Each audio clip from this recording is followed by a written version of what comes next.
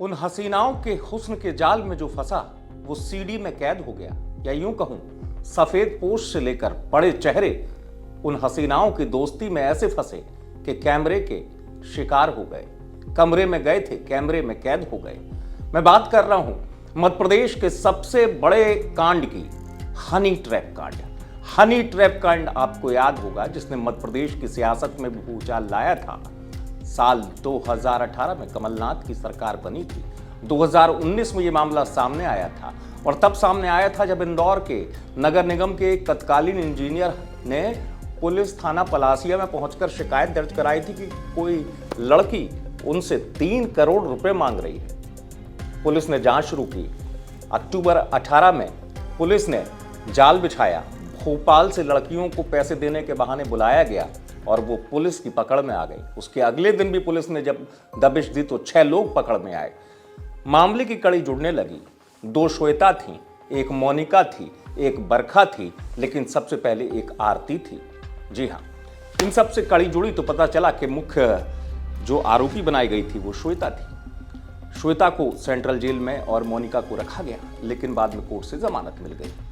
अब ये मामला ऐसा था कि जिसने हड़कंप मचा दिया था। कहा गया कि उस सीडी में कई बड़े मंत्री भी हैं, पूर्व मंत्री भी हैं, कई आईपीएस, आईएएस भी हैं, 20 से ज्यादा, और बड़े बड़े सफेद पोश हैं। लेकिन वो सीडी सामने नहीं आई। कमलनाथ के समय से शुरू हुई सीडी की कहानी शिवराज के समय तक भी चलती रही, लेकिन सीडी सामने नहीं आई। जैसा मैं आपको बता दूं कि एसआईटी बना दी गई थी इस पूरे मामले को लेकर 2019 में ही। 2019 से 2024 तक का वक्त निकल गया, एसआईटी की जांच के बाद भी सीडी नहीं आई। लेकिन अब कहा जा रहा है कि सीडी सामने आएगी।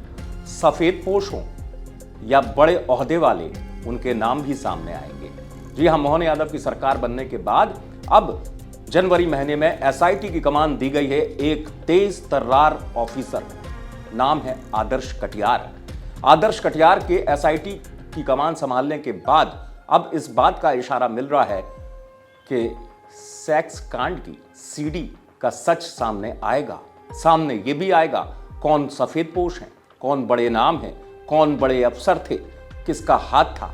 क्योंकि जिस तेजी से जांच बढ़ रही है और कमान आदर्श कटियार को दी गई है, तो अब माना जा रहा है कि असली चेहरे जो हैं, पर्दे के पीछे वाले, कमरे में पहुंचने वाले, कैमरे में कैद होने वाले, अब वो सामने आ जाएंगे। जैसा मैंने बताया, आदर्श कटियार को काफी तेज तर्रार आईपीएस माना जाता है, और जिस तेजी से अब सरकार भी चाह रही है कि सामने सच आ जाए, तो लग रहा है कि सच सामने आएगा।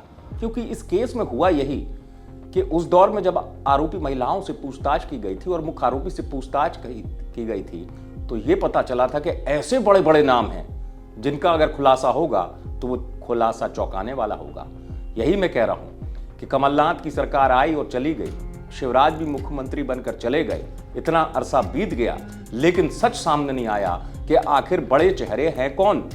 कौन था जो इन हसीनाओं के हुस्न के जाल में पहुंचता था उनके पास, और फिर उसकी सीडी बना ली जाती थी, ब्लैकमेलिंग शुरू हो जाती थी। और ये गैंग चल रहा था इस तरीके से, जहां शुरुआत भोपाल के रिहायशी इलाके से की गई थी, जहां महिलाओं ने मिलकर पूरा प्लान रचा था। एक खूबसूरत लड़की को किसी बड़े शख्स के पास भेजा जाता था और उसके बाद ब्लैकमेल किया जाता था। पूरे के पूरे प्लान में करोड़ों रुपए की उगाही की बात भी सामने आई थी, और आंकड़ा सैकड़ों करोड़ के पार का था। लेकिन बड़ा सवाल यह था कि सीडी सामने क्यों नहीं आ रही? सीडी किसके पास है? सीडी अगर है तो सीडी में है कौन? अब देखना होगा कि अगर सीडी सामने आएगी तो वो कौन है बड़े चेहरे जो सामने आएंगे। इंदौर से आप तक खबर पहुंचाई धर्मेंद्र कुमार शर्मा ने। आप देखते रहे एमपी तक।